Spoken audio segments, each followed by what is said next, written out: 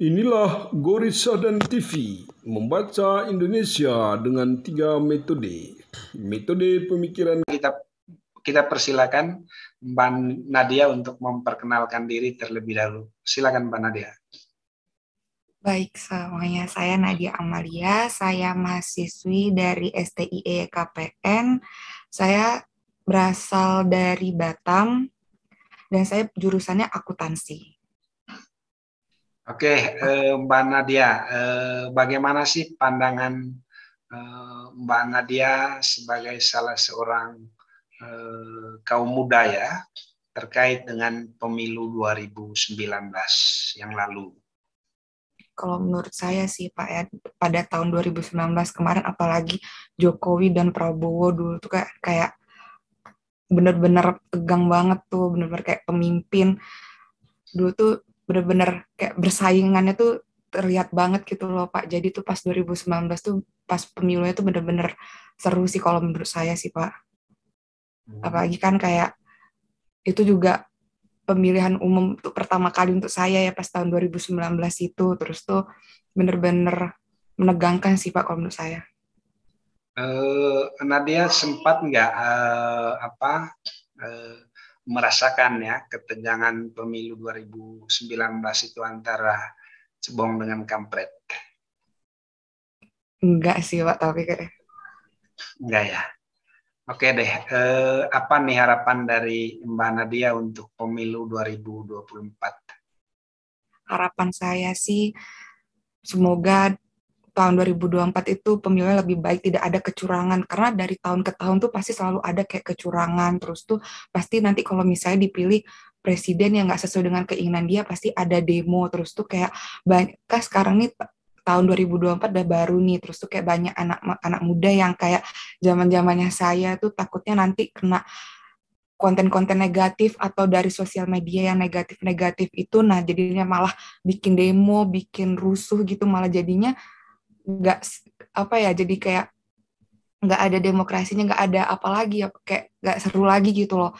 Terus tuh semoga anak muda tuh bisa menetralisir kayak konten-konten negatifnya. Sekarang kan lebih di sosial media ya, lebih apa-apa tuh di media, kayak di HP, apa-apa lihat di HP, kayak semua tuh sosial media banget. Semoga anak muda tuh bisa kayak menyaring apa yang dia lihat, apa yang dia baca, dan jangan terpancing sama media tuh, jangan terlalu banget gitu loh.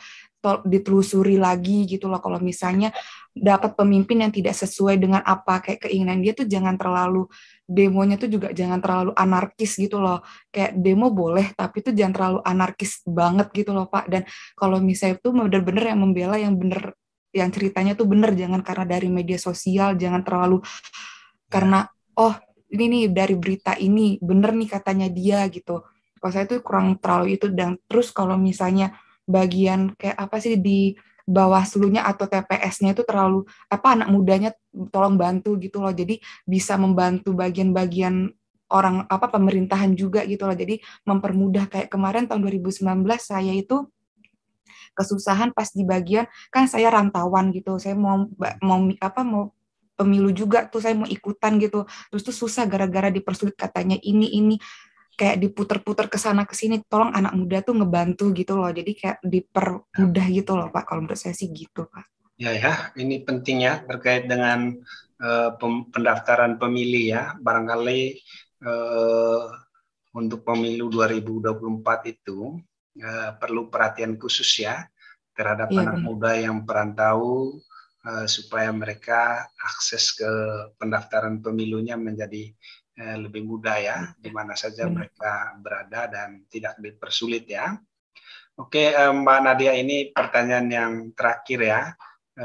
Barangkali Mbak Nadia mengikuti berbagai macam berita tentang figur-figur yang akan berkontestasi dalam pemilu 2024. Nah, apa nih harapan dari kaum muda seperti Mbak Nadia terkait dengan figur yang bertarung dalam pemilu 2024, Kalau khususnya saya sih, Pilpres ya? iya saya sih berharap sih sering membuat kayak figur-figur itu membuat dampak positif aja sih kalau menurut saya Pak, karena udah zaman sekarang tuh banyak terlalu karena omongan-omongan dari media sosial yang bikin negatif itu jadi mental anak muda tuh juga ikutan negatif gitu Pak kalau menurut saya. Mungkin mereka bisa membuat kayak lebih banyak gerakan-gerakan atau organisasi yang lebih positif gitu. Nah, jadi tuh kayak menurut saya tuh lebih bagus sih Pak daripada mereka di sosial media yang kayak ngechat-ngechat atau apa yang nggak penting-penting menyebarin berita-berita agar ini tuh saya kurang suka sih Pak. Menurut saya sih agak lebih banyak di organisasinya, lebih organisasi positif gitu atau acara apa gitu untuk warga gitu-gitu sih Pak. Saya gitu Oke, aja sih. terima kasih banyak Mbak Nadia ya. Apa sih yang diharapkan oleh anak muda untuk pemilu 2024? Silakan Mas Fatur. Terkait dengan harapan anak muda, pemilu 2024 ini tidak saja dijadikan sebagai pertarungan oleh elit politik, partai politik tertentu, ataupun kepentingan politik tertentu, melainkan menjadi satu ruang untuk menguji gagasan-gagasan agar kemudian bisa memperjuangkan kepentingan masyarakat secara luas. Dalam hal ini tentu kita bisa melihat peta anak muda di 2019 kemarin itu kan cukup potensi itu pemilih milenial ataupun pemilih kaum muda itu, dan beberapa survei yang kemudian dilakukan itu kan sangat berpotensi, dari 30 hingga 40% itu didominasi oleh kaum muda. Meskipun suara kaum muda ini juga terpolarisasi ke dalam dua kubu besar. Namun kan hari ini perlu diketahui bahwa anak muda ini dia semakin rasional di dalam memilih. Tidak saja memilih berdasarkan pada kedekatan agama, kultur, etnis dan lain sebagainya, melainkan cenderung memilih berdasarkan pada kinerja daripada pemimpin ke depan, ataukah berdasarkan pada kemampuan dari seorang pemimpin ini, track record sebagai seorang pemimpin. Sehingga ini menjadi satu catatan besar, masukan besar bagi pemimpin ke depannya, bahwa yang diharapkan kemudian oleh anak muda ini adalah pemimpin yang mampu menjawab masalah-masalah yang dihadapi oleh masyarakat Indonesia secara keseluruhan. Oke bro, kira-kira ada nggak wacana di kalangan muda presiden yang dideskripsikan atau digambarkan oleh para pemuda ini seperti apa kira-kira untuk pemilu 2024? Presiden seperti apa yang diharapkan oleh kaum muda? Terkait dengan pemimpin masa depan di 2024 ataupun presiden, yang menjadi harapan ataupun yang digadang-gadangkan oleh anak muda itu sederhana saja.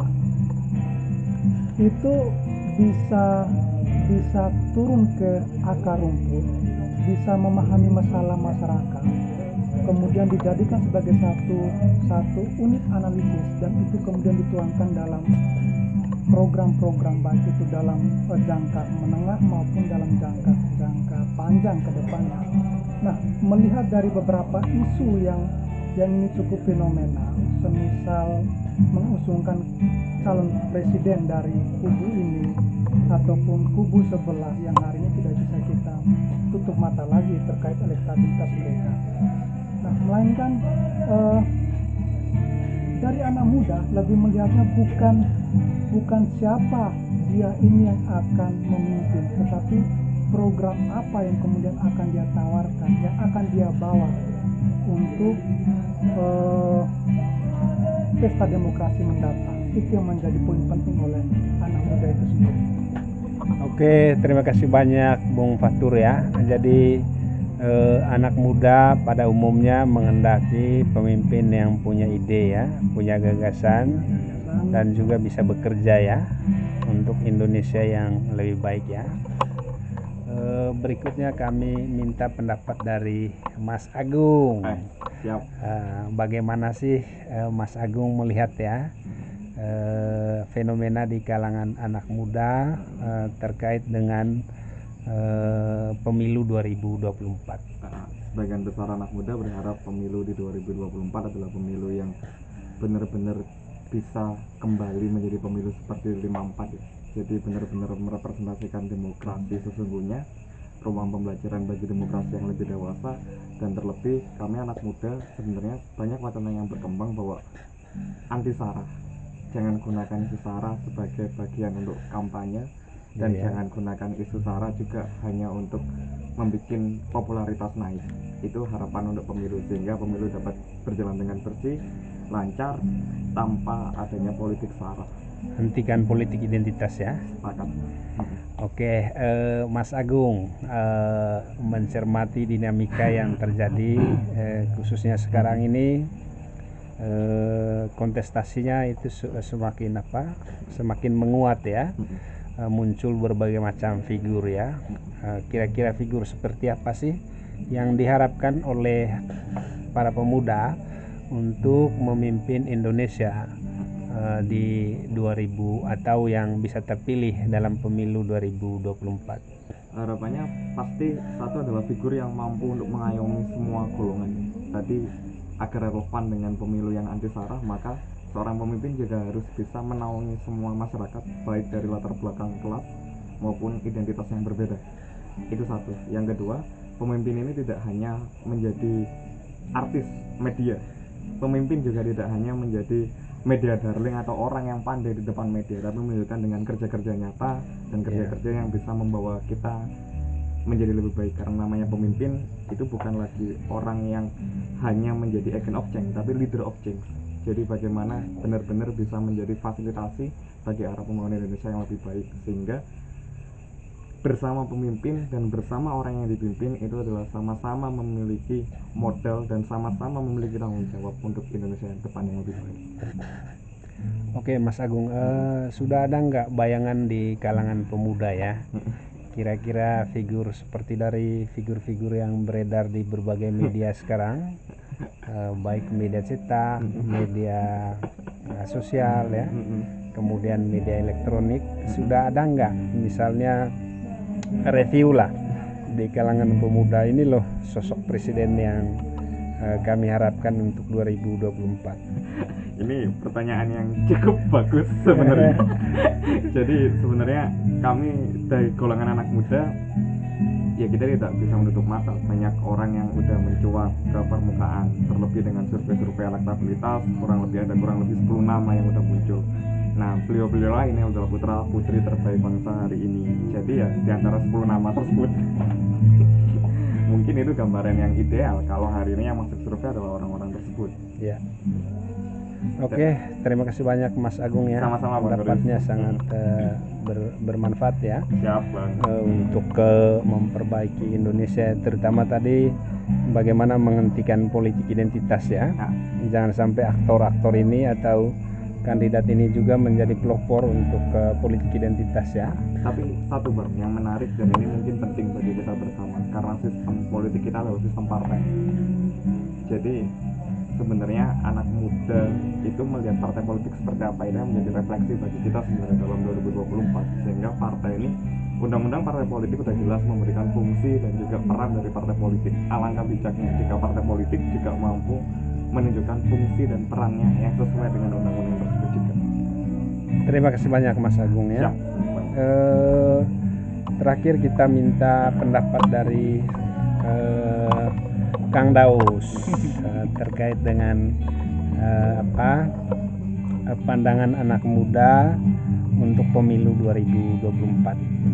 Ya, terima kasih Bapak Turis ya yang telah memberikan waktu kepada saya memang kalau kita berbicara terkait dengan pemilu tahun 2024, kita tidak bisa lepas ya, ada dua pemilu legislatif dan pemilu presiden ya. Kita ketahui bahwasannya pemilu legislatif yang dibarengkan dengan pemilu presiden itu menjadi salah satu hal yang menarik sekali. Tahun 2019 pernah kita lakukan dan kita ulangi di tahun 2024. Tetapi memang di kalangan anak muda itu yang paling menarik adalah pilpresnya, bukan pileknya. Tapi kita perlu perhatikan dulu, pilpres di Indonesia sekarang ada aturan, mungkin dari tahun sebelumnya, periode sebelumnya, ada yang namanya presidential threshold 20%. Artinya apa? Artinya seorang presiden itu akan menjadi calon yang terlebih dahulu harus mendapatkan dukungan 20% dari kursi di parlemen. Jika tidak bisa. Nah, pengalaman dari tahun sebelumnya, calon karena ada syarat 20% dari partai politik yang mendukungnya di parlemen, itu calonnya cuma 2, sehingga itu yang menciptakan pembelahan antara si A dan si B. Tahun 2019 kita ketahui kita terpecah belah menjadi si cebong dan si kampret. Nah, apakah akan kita mengulangi hal semacam itu di tahun 2024 karena ada presidensial threshold? Nah, itu menjadi tanda tanya. Tetapi dari kalangan anak muda itu kita perlu mencermati terkait dengan adanya isu-isu tertentu, kita perlu cross check. Berita itu jangan sampai kita terjebak ke dalam post-truth ya. Post kebenaran, artinya sesuatu hal yang salah karena itu terus-menerus diproduksi akan menjadi suatu kebenaran. Nah, itu kita jangan sampai terjebak ke dalam itu. Tetapi memang harapan kami pemilu 2024 adalah pemilu yang damai ya, berjurdil dan lain sebagainya. Tadi yang telah disebutkan oleh teman kita sebelumnya, harus menghindari sara, politik identitas, pemimpin dan segala macam itu harus memiliki track record yang bagus dan lain sebagainya. Itu menjadi salah satu konsep ideal. Tetapi kita tidak mampu meninggalkan juga jejak pemimpin yang populis. Kita ketahui kurun waktu 10 tahun terakhir ini hampir di seluruh dunia pemimpin itu memiliki konsepsi populis. Di Filipina, di Amerika Serikat, begitu juga di Indonesia, pemimpin itu sangat populis. Yaitu apa? Populer ini yang menjadi masyarakat, suatu keinginan masyarakat itu mereka rangkul gitu ya. Apapun itu dan lain sebagainya. Yang penting kata masyarakat mayoritas itu baik, maka pemimpin itu mampu memberikan suatu kebijakan-kebijakan yang diinginkan oleh masyarakat. Oke, Mas Daus ya. Kira-kira figur seperti apa yang direview ya atau diharapkan oleh kalangan muda untuk bisa berkontestasi dalam pemilu 2024? Baik, terkait dengan figur, kita juga tidak lupa terkait dengan adanya koalisi partai politik gitu ya. Koalisi partai politik itu merupakan salah satu syarat terpenuhinya 20% presidensial threshold. Oleh karena itu ada calon yang dari ketua partai dan ada yang dari bukan ketua partai gitu ya. Nah, alangkah lebih baiknya memang kalau yang ada di dalam ketua partai politik itu memiliki konsepsi terkait dengan merangkul semua.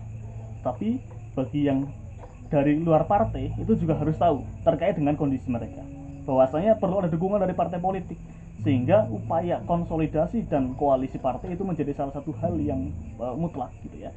Karena kita ketahui adanya konsepsi terkait dengan stabilitas itu merupakan salah satu hal yang penting.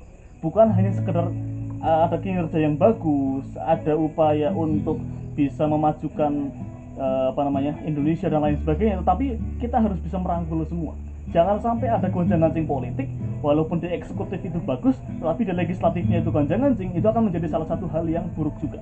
Oleh karena itu, adanya koalisi dan adanya stabilitas politik itu merupakan salah satu kunci yang kita ketahui bahwasanya dengan adanya stabilitas politik, otomatis apa yang telah direncanakan maka akan bisa dilaksanakan dengan baik dan dievaluasi dengan baik. Jika tidak ada stabilitas politik, maka setiap kebijakan yang begitu hebat dan luar biasanya tapi tidak mendapatkan dukungan mayoritas, itu akan menjadi salah satu bencana juga.